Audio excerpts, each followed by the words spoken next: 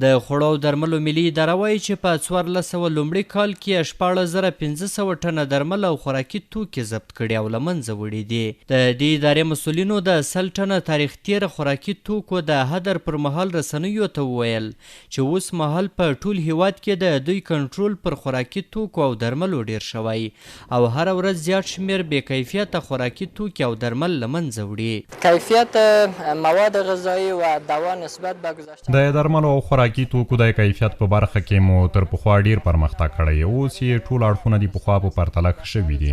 په 1400 لومړي کال کې موږ 11000 رقمه درمل او خوراکي توکي په لابراتوار باندې کتلي چې له دې ډلې مو 222 منفي رقمونه درلودل او دغه راز په 1402 کال کې مو هم ډیر شمیر د خوراکي توکو او درملو سمپلونه د خوړو او درملو د ملي ادارې په لابراتوار کې کتلي دي.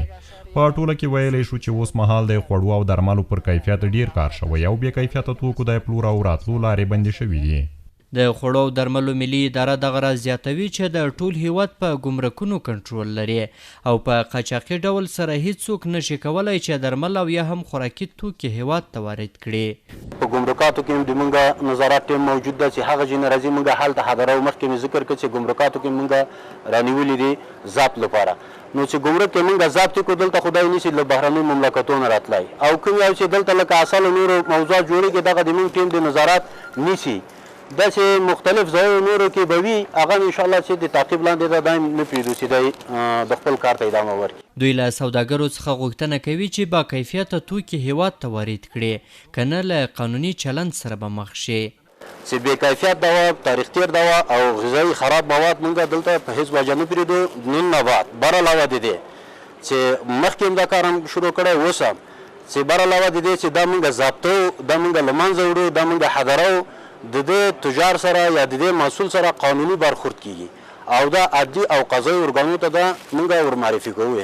ورته مهال کابل ښاریان هم د خوړو او درملو د ملي ادارې یا د هڅې ستایي او غوښتنه کوي چې د تاریخ تیر او بې کیفیته درملو د پلور مخنیوی دې وشي. دا یو نیک اقدام دی او موږ یې هرکلی کوو. ډیری ناروغي له همدې بې کیفیته او تاریخ تیره درملو او خوړو څخه پیدا کیږي. نو موږ ډیر خوشحاله یو او هیله لرو دغه چاره دوامداره شي او مخنیوی وشي. زما خپل نظر دا دی چې دغه یې ډیره ښه پروسه او کار شروع کړی دی او باید په هیواد کې د تاریخ تیر او بې کیفیته توکو مخنیوی وشي. موږ ډیر ورڅخه خوشحاله یو او ملاتړ یې کوو. د یادونې وړ ده چې په تیرو کلونو کې به ډیری وخت له قاچاقي لارو څخه هیواد ته د بې کیفیته درملو او تاریخ تیره خوراکي توکو د راتللو راپورونه ورکول کېدل، خو سرپرست حکومت د خپلو چارو له پیل کېدو وروسته وویل چې دغه ټولې لارې اوس تړل شوي او د بې کیفیته او تاریخ تیره توکو مخنیوی شوی دی.